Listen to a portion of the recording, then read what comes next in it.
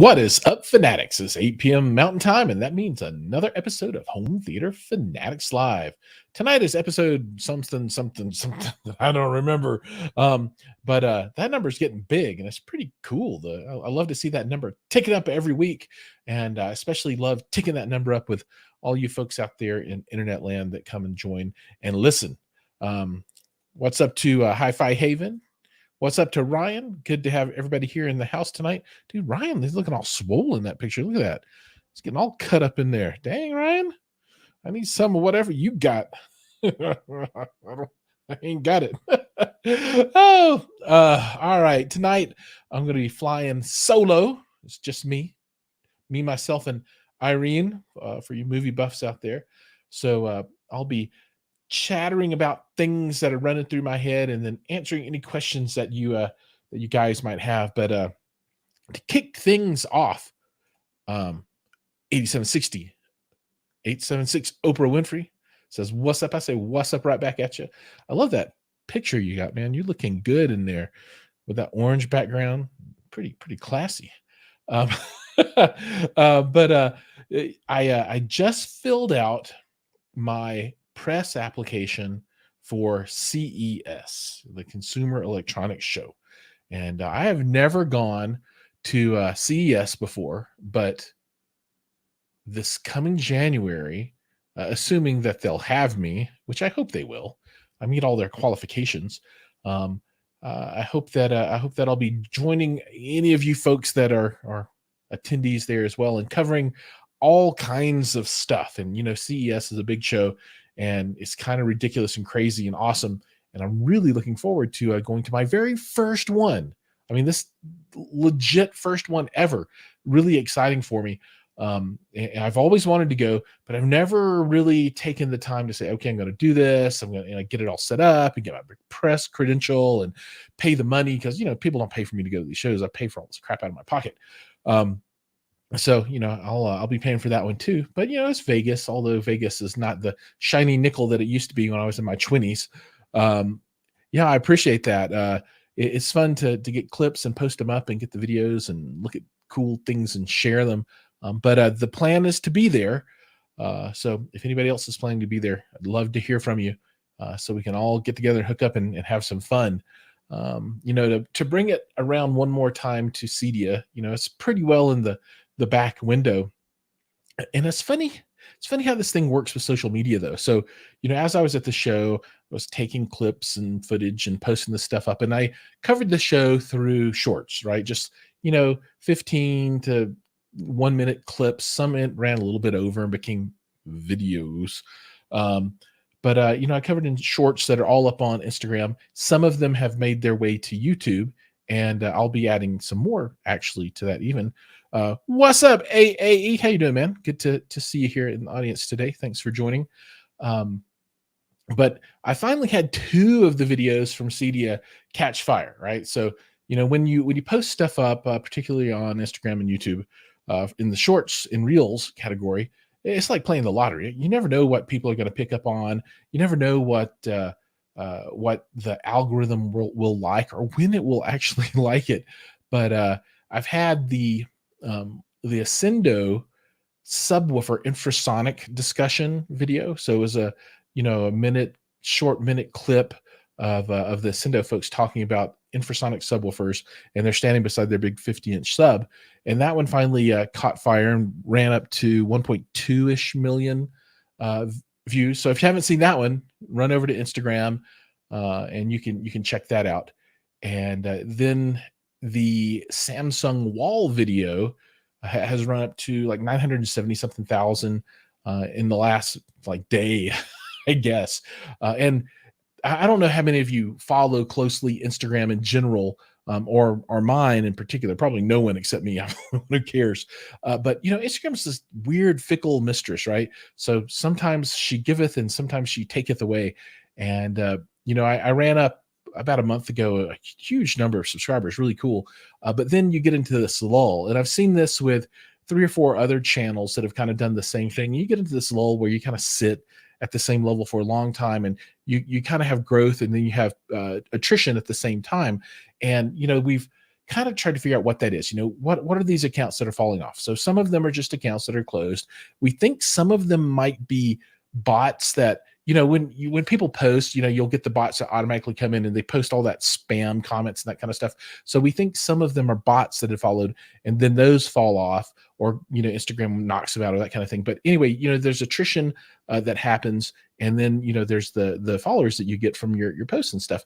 And that had kind of been an equilibrium for a while, and none of my videos had really caught fire for a little while too. Gosh, it's been like month and a half or something. But finally, in the last few days, like I said, I had those two get another 2 million views real fast. And, I finally pulled out of the rut. So I was like I've been at 132,000, then dropped down to 131, then climbed back up to 132, but I think I'm at 137 or something like that now. Let me go over there. Instagram, view your profile. 137. So, thanks for all the folks that are watching and subscribing and following and that kind of stuff. So, it's this constant struggle on the socials, right?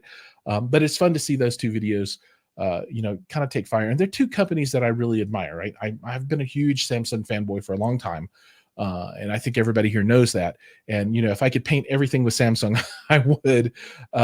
So I'm very happy that it was a video of their equipment, which was the wall, the humongous television that everybody lusts over. And I would love to have one. Although the Sony 220-inch or whatever they had at CEDIA was really good. So I'm really happy that it was the Samsung one that took off. And then Ascendo, I don't have any of their equipment, nor have I ever had any of their equipment in my home before, but I'm a big fan of their philosophy. And I loved their demo room at CEDIA, which I think was the best one there. I know a lot of people kind of gravitate to the big wall of Macintosh Power in the Sonos Faber room. But for me, that one didn't grab me nearly as much as the Ascendo room. I really, really enjoyed that. And the Ascendo room uses a lot of technology that I personally like. I had Mad VR, and I think it had Trenov in it, and blah, blah, blah, blah. So and it's screen, Chris Seymour was there with his screen, and I like the seating. If I could replace my seating with that front row seating, I would totally do it. But, I'm not made of money. So the seats I have are going to last for as long as they'll last, because they're really good. But I really liked all of the technology that was in that room. It sounded really, really good. So anyway, those two videos have taken off and, kind of pulled me out of the rut there. Over on YouTube, I've been really focusing on trying to grow the followership for the channel, as opposed to creating a lot of long form review content. So it's been a lot of short stuff, and you'll see a lot of the same content cross pollinating between Instagram and YouTube. And that's because I really want to push, for those subs, right? And I finally cracked 50,000 yesterday, I think it was, no, earlier today even, which is halfway toward my goal, right? So once I get the 100,000, then I'm going to take a minute, reevaluate, and really figure out what I want to do with the long form content. But for all the folks that have subscribed, thank you for that. And I don't know how long it'll take me to get the next 50,000. It took me 3 years to get the first 20,000, and then it took 2 months to get the next 30,000 to take me to 50. So who knows, might take another 3 years to get the next 50,000 to get to 100, or it might take 2 months. I don't know. But that's the goal. I'm going to try and focus on the short form content to get me across that line. Thank you so much for that HiFi Haven. Thank you for that as well, everybody else. Question time. So Nivik Tech 26 says, what is your favorite headphones brand overall for listening to music, watching movies, gaming, and what do you recommend for Bluetooth? Okay, and what do you recommend by Bluetooth speaker brand? So let's unpack those. They're two, gosh, a speaker brand, or a headphone brand really depends on where you want to play at and what you want to do. So you want to watch movies and listen to music and game on them. So my question is, do you want to have a microphone that comes out of the headset, or do you want to use something like this? And what kind of budget do you have as well? Because headphones are like anything else, and you can go absolutely crazy. I mean, crazy with what you spend. Now these are HiFi Men, and I've really enjoyed these. These are open back headphones, and I've got a whole bunch of other ones back there too. Uh, you don't have to spend a ton of money to have a really really good experience with headphones, and there are folks that can become very very critical as they listen to headphones, and pick out subtleties that I think sometimes might even be lost on me. I don't know, but my go-to brand are these Hi-Fi Man, and I really want some of the Sandara and Sisvaras too, which are higher end, expensive ones. Um, I would say, dude, look at Hi-Fi Man if you haven't looked at those already. I think they make a really great product. Um, I like the people there as well, right? And for me, that's a big deal, right? When I can get to know the folks and talk to them and know who they are, it's a big deal. And I've been able to do that with them.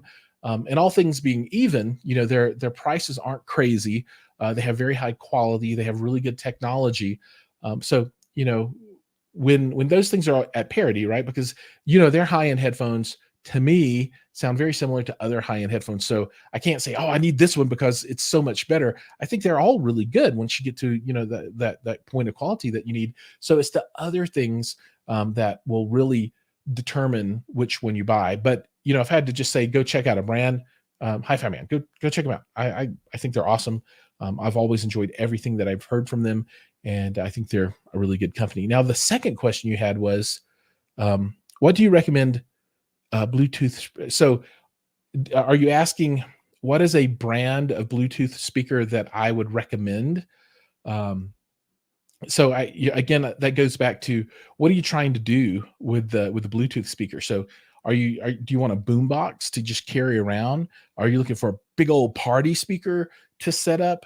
It really depends. One of the most popular brands out there for Bluetooth speakers right now is JBL.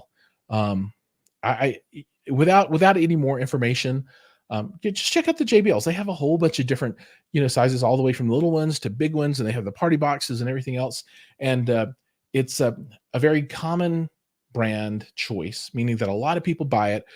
It's good quality. It's a good name brand. There's a ton of people that own them. It's easy to get support and that kind of stuff. So without any more information on use case, just check those guys out. I think they're available internationally everywhere, just like Hi-Fi Man. You can get those all over the world. So maybe that's what you're looking for in your question, and hopefully that's helpful. All right. Hey, it's been quite some time since we saw any speaker sub reviews on your channel. Can we get a comparison between the Per-Listen and the M&K Dominus subs? All right. So you can to a certain degree. I don't know that I will ever have a video where I put them in the same video together, because I don't get to hold on to that stuff all the time. So I can't imagine a time where they would loan, I'd have them loan the M&K 215 and the Per-Listen double 15 at the same time. But what we can do is, I'll have the M&K double 15 in sometime this year to review. That I'm on the list to get a demo sample to hold on for a little while to make a video, and we'll be able to get the measurements right. And now, if you remember back, I did so I've done the 215, the double 12 from M&K, and I've done the single 15 from Per-Listen, and man, they were both awesome. They're both sealed. They're both phenomenal subwoofers. And if you remember the measurements on the double 12 from M&K, I couldn't do anything to make it sound bad. I mean, the design they put into the amplification for their equalization, for their DSP, the way they do it, they know what the speaker can do, and they don't let you mess it up. I mean, I couldn't mess it up. Like if I do a DIY build and I get my own amplification, I can blow up one of those easy, right? I can make it sound like crap if I want to. So you really got to know what you're doing. The M&K, and I think to a similar, but maybe slightly lesser extent, the Per-Listen, you can't mess them up. The Per-Listen did seem like it went deeper with a little more volume than the M&K. So I was really flat down to 10 hertz on that single 15 at my listening position. It was kind of crazy. But I guess to kind of wrap this all back around, I've talked with both of the companies, and Per-Listen has said that they want me to do a video for something. some kind of subwoofer. I don't know what it's going to be yet. And I don't know the time frame around that one, but when I get it, I'll do the review there, and I'll take the measurements. And then when I get the double 15 from M&K, I'll do the review of that. Although I think it's going to be very similar to the dual 12, which I think is awesome. And then I will do the measurements and put that stuff up. And the measurements are, they're the speakers are positioned within an inch of each other.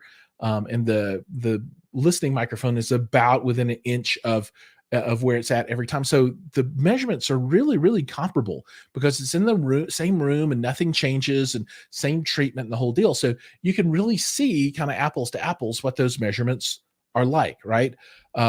So that's how I would answer that one. We can look at it. And then what I'll do is on a live stream, when I get that content up, we can talk through that and I can talk about my impressions of both of them. I don't think you can miss out with or make a mistake by choosing either of the brands. I think the cost is a little bit higher on the per listen stuff right now than the M&K. I don't know what availability is like on either one of them, but I'm pretty sure if you wanted one, you could get one from someone pretty soon. So what subs are you considering, right? So when you want me to compare, which ones did you particularly have in mind? Let me know and I'll see what I can do. All right. What is my reference rig component by component? So I can walk you through what's in my home theater. If in my old age I can remember all the stuff that's in there or what's in there, but the equipment that I have in there isn't the best, particularly on the video side, right? My projector is not super awesome, but that's kind of what I got and it works for me. And I try not to go too nuts with stuff. But let's see. Let's start in the cabinet. So my source of choice is a Kaleidoscape, and I've got the older version that is both a server and player integrated. So it's like the series that was out just before the ones that they have out now. I really would love to upgrade, but I'm gonna run the one I've gotten to the ground until it's dead, which hopefully will be forever. I only have 6 terabytes of storage in it, so I shuffle my movies around. I keep a handful of movies that I like to demo with, download it, and then as I buy new stuff, I download it and I'll delete something off to make space because I don't do a lot of rewatching of movies, so I don't need all my stuff instantly available except for the content that I use for demoing. So somebody will come over and there's like 10 movies that people always ask for. They're like, oh, I want to hear The Edge of Tomorrow, and oh, I want to hear the race scene from Ready Player One, or oh, I want to hear the song from A Star Is Born, and all that. I keep those all downloaded all the time. And then as I buy new stuff, I'll watch it and then I'll cycle it off. And if I ever need to go back and get it again, I just download it and it's ready for me whenever I want to watch it. But that's the source of choice. Now I use NVIDIA Shield, the Pro version, whatever the new more expensive version is for all of my streaming. And that's HBO Max and Netflix and all that stuff.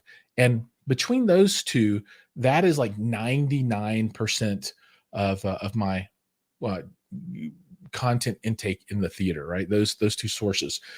Pretty much any movie that I really want to have a great experience with, it's going to be off of Kaleidoscape. And then if I want to watch a TV show down there, like if I want to watch House of Dragons or something like that on the big screen, then I use the NVIDIA Shield.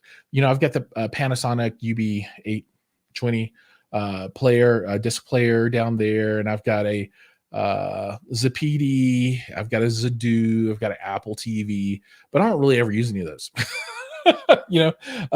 I love all of them, but the other two are my go-tos. I mean, Kaleidoscape just for me is the bomb, right? And then there's no better streamer on the market than the Shield. Some people will argue that Apple TV is better, and there are some features that Apple TV has that the Shield doesn't, particularly around HDR to SDR conversion kind of stuff. I don't really worry about that. For me, it's not a big deal, but for those that it is a big deal for, pick the one that you want. But those are the sources that I use.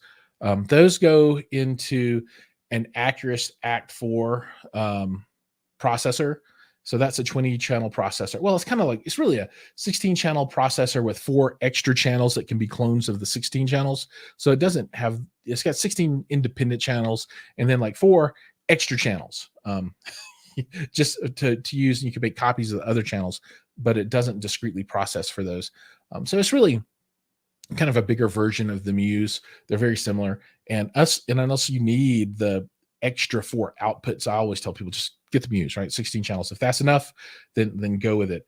Trinov on the low end, they had a 16 channel model, but they were able to expand that out with to 20 channels using an outboard DAC. Yeah, I guess a DAC. No, it's not a DAC. I guess it is a DAC. And that's really cool. 20 true channels is kind of the spot that I want to be in with my theater, so I can do a bunch of independent subwoofers. But the Act 4 is really awesome. Sounds great.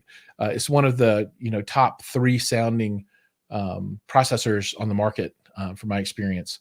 You got the Storms, which might be the best sounding, and Acurus, which sounds about as good as the Storm does. They have a lot of shared components on the inside, and then Trinov. I would love to. I need to spend some time sitting down with those side by side to really listen to them. But those 3 are, like, for me, tops, right? From there, you kind of move down into more kind of Resi or Resi Plus type market stuff, as opposed to the higher end CI install stuff. Anyway, so it's the Acurus. Then that goes down to amplification. I've got 2 amps in there now, Stark Sound A7 and a Stark Sound A8, and they're old school amps, and I think they're still in production. I think, but they're a little bit older, but they're great. They run at Class A up to 50 watts or 50-ish watts, and then they flop over to AB operation. They sound really good, and I think it does make it. It's not a huge difference. Amplification is it's like a little tweak in the big scheme of things. The speakers in the room are the big tweak, but it doesn't hurt to have that Class A operation. Some people are like, no, I don't want Class A. I want Class D in my theater. Whatever floats your boat. I love it. And I've run Class D in there before too, and I'm very happy with that as well. But today that's what I'm running now. I have a outboard amplifier for subwoofers that are not powered. It's a Symbian FP10000Q, the 4-channel one.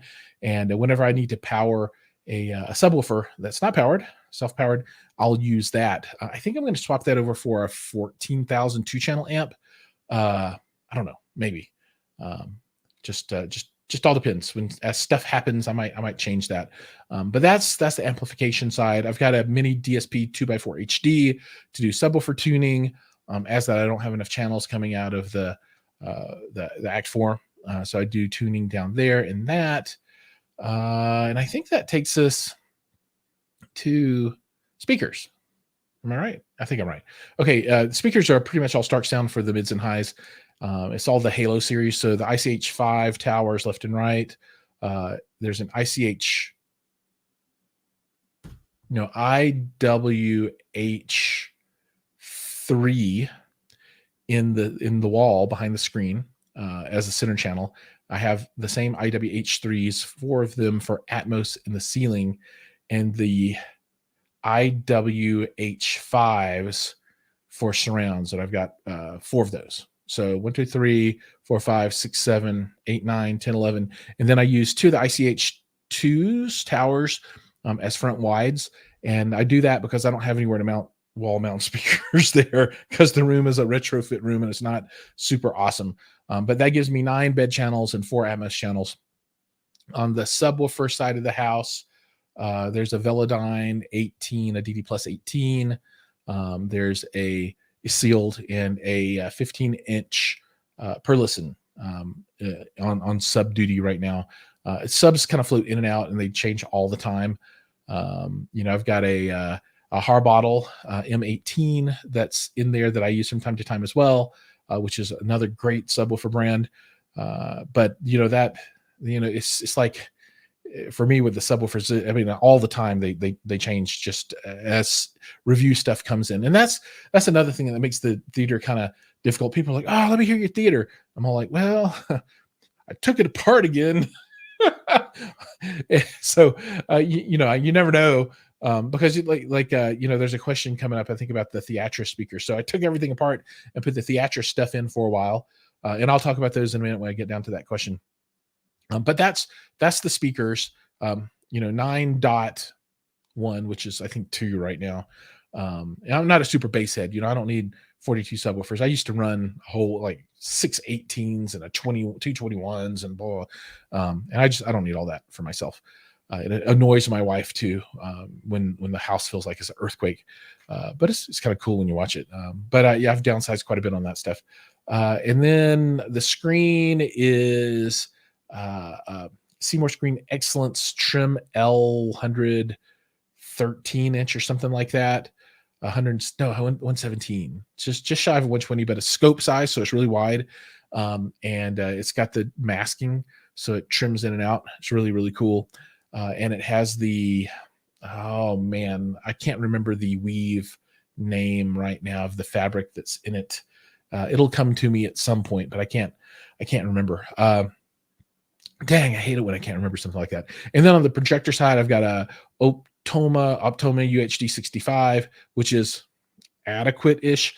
I lust after the JVCs. I really want a JVC so bad. But I'm not able to make myself drop 10 grand or whatever it is to buy it. I would be totally happy with their top of the line bulb version. I don't even need to get to laser to be super happy. But that's kind of what I would like to have.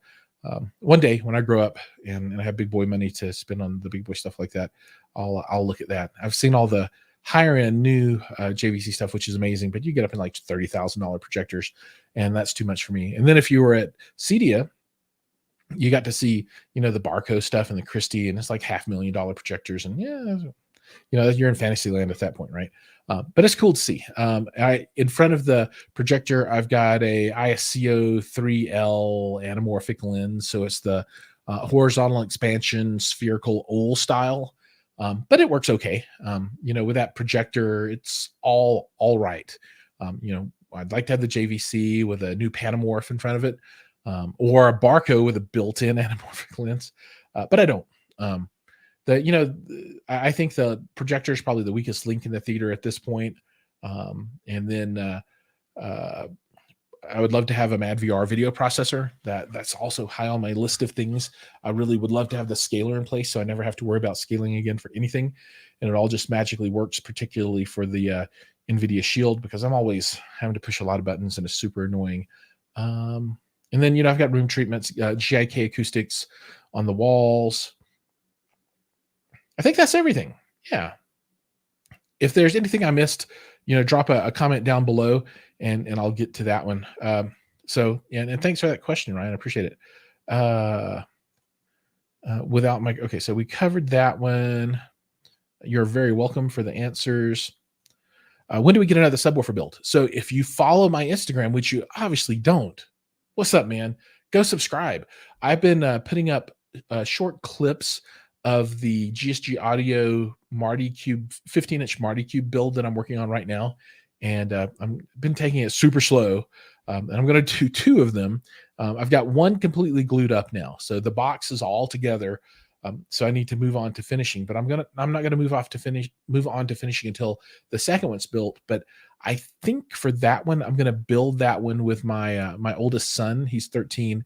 And I'm going to use that as like an educational experience for him and for anybody who wants to watch. So I'll film everything. It'll be like a super long video. It'll probably be an hour or something, but I'll go through, kind of the basic stuff with them, like, okay, here's the glue and this is why I chose to use this one versus something else. And this is what a clamp is. And this is how you work with clamps. You can take the end off and reverse it around and do different things with it. So it'll be a very basic kind of thing, but I'll actually have him doing most of the work and I'll assist as needed, holding some pieces still and stuff like that.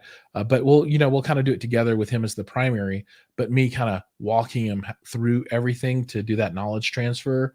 And then hopefully, other folks will find that valuable as well, because it'll be a much more in-depth deep dive into the build as opposed to just kind of you watching me build it and it's kind of fast or whatever, which I'll make one of those as well for the build that I just finished as far as the glue up goes.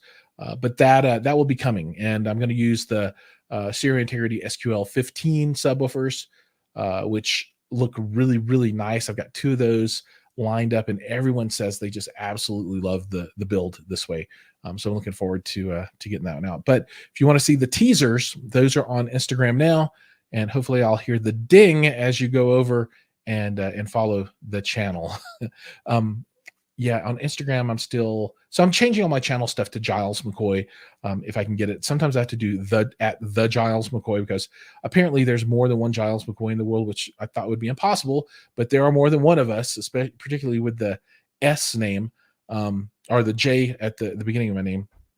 So I can't get Jiles McCoy on Instagram or Twitter. Although I did get it on YouTube, which I'm happy about. I really want it on Instagram, but I'm still at Home Theater Fanatics there. But you can go see the teasers for that build now. Oprah Winfrey says they need to make a 4-channel power amplifier for Atmos. There are a lot of 4-channel amplifiers out there. From Stark Sound, you can get the and this is their brand new, and it's the Fiera 4 amplifier, which is absolutely perfect for 4-channel Atmos, right? It's the right number of channels, and I think it's doing like 130 watts or something like that. I don't remember specifically, but nice Class D amplifier, rock solid. That's what I would do if I needed Atmos. But I'm a big Stark fan. I run their amplification already, so I'd want that all to be the same. But that exists. Oh, now here we go, Jared. He finally got his MadVR Envy hooked up to the NZ8. See, he's doing it the way I would do it. That's awesome, man, dude. That is super cool. Congratulations. I mean, that kicks ass. And he says it can't be overstated how much it helped even such an advanced projector. MadVR Envy is for real. That's awesome news. I'm so happy for you. That's really cool. Everybody out there, this is like that's like a reference setup, right? I mean, that's for people who are serious about home theater but aren't like billionaires, right? That pay somebody $5 million to buy a room. That's the one. That's attainable. That's, I don't know, what is that, 10 grand for the MadVR Envy, 10 grand for the projector, so you're like 20 grand or something. I don't know. Is that I don't want to ask how much you paid for things, but it's somewhere around there, right? And if you're like serious about your movies in your theater, that's the way to be serious. So that's really cool.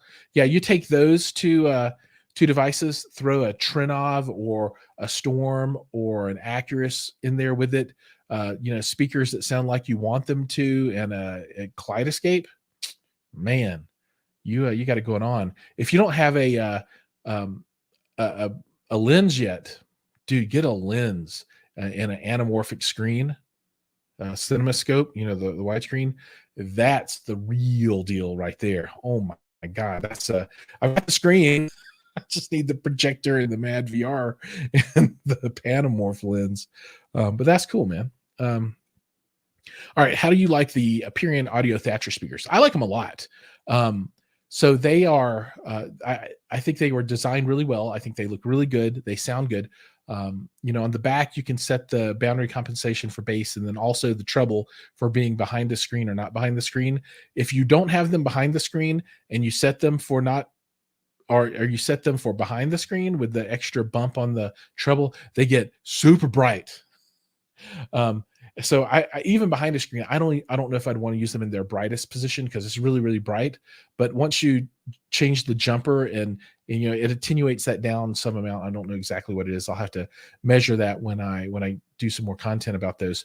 It tames it, so to speak, and I really like it. I listen to 5 or 6 movies in my my living room and in the home theater, and absolutely loved them. The price is great on them. I think they're a good form factor for home theater. I love the dome look of the mid ranges. It's good stuff. So I've been very pleased with them now. And I've only heard the 6.5-inch versions. Man, the 8-inch versions got to be baller because they just get a little more low end. I think they might blend even a little bit better with subwoofers and that kind of stuff. So I think Aperion Audio is a really good brand. Well, I know they're a really good brand. They make really good gear, and it's the pricing on it's really good as well. So I don't think you could go wrong with the Theatre speakers. Listen to them if you like them; it'd be all good. Mike on Audio says, I would like to see a comparison of the Noemi 5s versus the speakers you plug into the electrical socket. Um, so the new E5s are pretty rocking speakers for $32 or I don't know. Obviously, Mike's making a joke. What is the speaker you plug into the electrical socket? The one that you blow up? Is that the one? Or are you talking about a powered speaker? Man, what happened to you? You must be on some type of a mind altering substance today. Uh, let's see. Mike on audio says Shields is the best, which is sad because I feel there could be a better option at around the same price. Um, I see. I don't know. What would you make better? I think the Shield is pretty darn rocking. I mean, it runs uh, the Android TV OS. It streams everything. It's expandable with external storage. You can map to NAS storage if you want to do that kind of thing. It runs a lot of apps. You can play video on it. It'll play games. It's cheap in the big picture of things, right? Comes from a really great company. I've been a fan of NVIDIA for a long time. I love the Shield, but I'm a fanboy. I've used the Shield since the very first one came out, however many years ago that was, and I've had at least one in the house at all times since then. So I'm a huge fan. All right, let's see. Ryan instantly regrets asking. I don't think so. I think he was all good. All right. A Lingdorf AV processor might be the one. It could very well be. I've never had a Lingdorf in the house before, so I've never spent time listening to them and interacting with them. From a processor point of view, a lot of it comes down to features, right? Because once you get good enough, they'll the sound. If you can really tell them apart, there's something wrong, right? You shouldn't be able to, because they should all be pretty close, because their job is to all reproduce exactly the same sound. Ultimately, that's what they should all do. The output on any AV processor should be identical to any other one, right? But we all know that's not exactly true, but it should be. So if Lingdorf folks are out there, very happy to, send a 16 channel over, and I'll create content around it and check it out. That would be cool. Mike wants to see some competition for the Shield. Man, I would love to see competition too. I love gadgets like that. And I really think the only competition today is the only real competition is the Apple TV. You've got what is it? Not the Voodoo, the Hulu, or there's whatever the other little player is, but I don't really consider that competition. I don't consider the Fire Stick competition or any of those. I think that those are the ones. Mike's got the TDAI 1120. He says that I think that's the Lingdorf, and he says they're fun units, pricey but good. That's good to know. I like the name, and I really like the look of them, but I've never spent any time with them myself. All right, now this will take me. So if there are any more questions, feel free to throw this out. But it's almost Black Friday time, and I'll be creating content around Black Friday in the very near future, and be doing some streams about sales and that kind of stuff, and trying to help people identify, what the what the good money spend is to get what you're looking for during the season. So if anybody listens to this later and they have desired to hear about any particular product, and what are the good options that are on sale, maybe you're looking for, I don't know, 75-inch OLED televisions, or you're looking for integrated processor, right? Integrated amp, right? Or you're looking for whatever it might be. Oh, I think we got one. He's like, oh, you're looking for integrated. Dude, you can't go wrong with the name Unity Atom. Man, that's a really good unit. I mean, I've heard those and played with those at shows, and not only do they look cool, they sound cool. Yeah, I if you can swing it, there's nothing that I would recommend over it. You know what I mean? That's a really good unit. You could get something less expensive, but I wouldn't even call the Cambridge better. I think the Cambridge is a mighty fine player itself. I think it comes down to just brand preference, the money that you've got, and then features, right? If one of them, if you need a certain amount of power, or you're looking for a feature that one has that the other doesn't have, I think that's where you'll really have your buying choice, right? That's where you're gonna be at. So that content will be coming here pretty soon. So keep an eye out for that. And as I said at the beginning of the show, January. So I think the big content coverage is over the holiday season. We're going to be talking a lot about Black Friday and equipment and that kind of stuff. Hopefully, rolling into January, I'll be able to get to CES and I'll have a lot of content around for that. And that's really going to expand my horizons a bit for things that I'm covering. So if there are things that you want to see covered from CES, let me know, because there's a ton of stuff there, and it's not a audio show, and it's not a home theater show. It's not a CEDIA. It's not an Axpona. It's a CES, and they got all kinds of stuff that's different. I like to cover all this different stuff though. So if there's something you want to hear about, let me know. I've got the new Oculus Quest Pro coming in the in another week or so. So I'll be doing an unboxing and setup and a review of that as well. I've done VR, stuff for a long time now, and I'm really excited to get my hands on that new piece because it does augmented reality, which none have really done in the past before from Meta/Oculus. So that'll be coming as well. All right. I think I'm all talked out for this one. Everybody out there, thanks so much for joining us. You guys are all awesome. I think I've called out all my friends that have jumped on here today. If I didn't call your name out, I'm sorry about that. But I'll let me know. I'll make sure to get you on the next one. So have a good one, and I'll talk to you guys soon. Take care.